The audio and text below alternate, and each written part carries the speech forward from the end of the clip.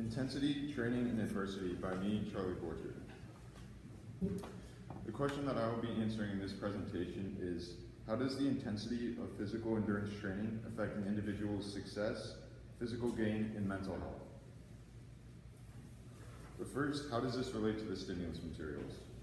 There are three themes that I found that relate to the stimulus materials and my evidence. The first being growth through adversity. This was shown by both Simone Biles and the examples of the animal PTSD article. Simone Biles in the 2020 Olympic Games actually had to pull out of the competition after getting an uncharacteristically poor vault performance, and she developed what's known by gymnasts as the twisties, which is when you get lost in the air and it's very dangerous to perform that way.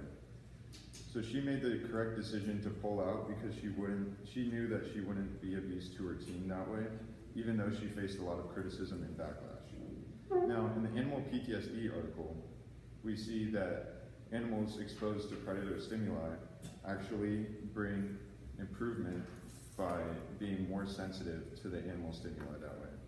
This means that they're more sensitive and more aware of what's around them, and if they actually encounter a predator in real life, they are more prepared for it. The next theme is regression from extremes.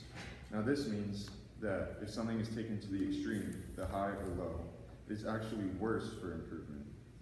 This was shown by the animal PTSD article. Because of the predator stimuli being too high, the animals developed PTSD-like brain changes. And PTSD is very detrimental to your mental health and physical health. Now the last theme that connects everything is difficulty is where growth comes from. And this is shown through both the stimulus materials that I used and my other sources. So this means that the pros of high intensity are high rate of growth, mental as well as physical growth, and that it is an innate human characteristic in us. Eliud Kipchoge is a world-renowned marathon athlete and shows why high intensity is really good for a high rate of growth. Evelyn Wada, an Olympic journalist, talks about his, quote, hard work and laser focus in his training routine. Eliud Kipchoge shows that the high intensity that he uses brought him to where he is today. Next is the mental side of high intensity, and this is shown by David Goggins. I'm sure many of you know who David Goggins is, but if you don't, he is an ex-Navy SEAL, former Navy SEAL, and current author and endurance athlete. Goggins explains the mental side of his training in his book, Can't Hurt Me. He says, quote, "It takes a lot more than mind over matter. It takes relentless self-discipline." David Goggins shows how the high intensity that he brought to his mental side of his training brought him to where he is today. Now lastly, Marcus Thompson II, the author of the Simone Biles article, shows us why high intensity is natural for us. He says that he explains why we love sports, and he says that it is because we like to see people conquer adversity. And this shows how hardship and difficulty creates growth in us, and that it is natural for us to live this way.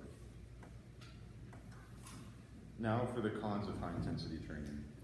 So the cons are injury risk and overtraining and difficult for beginners.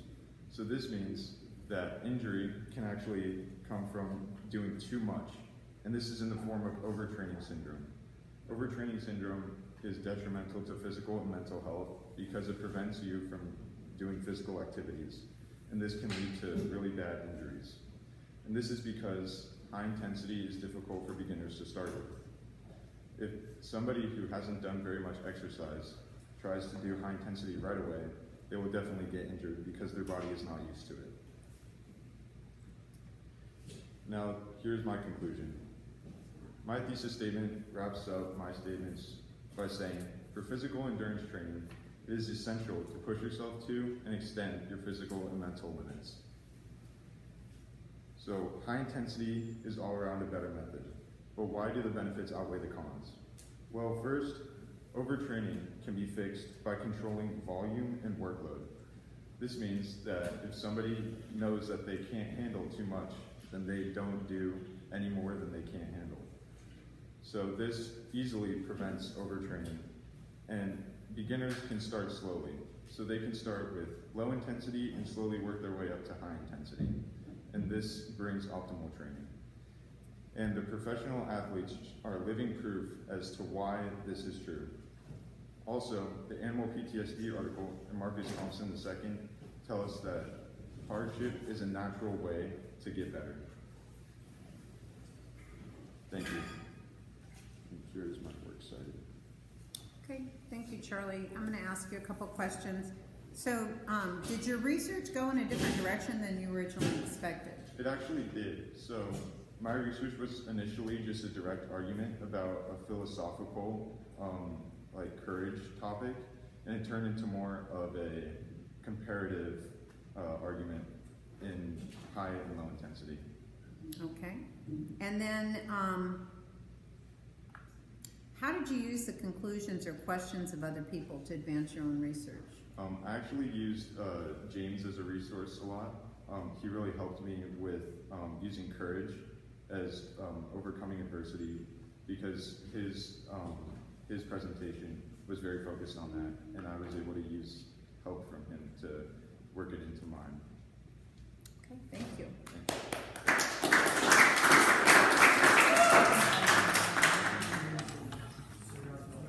Benedict, I think you're next.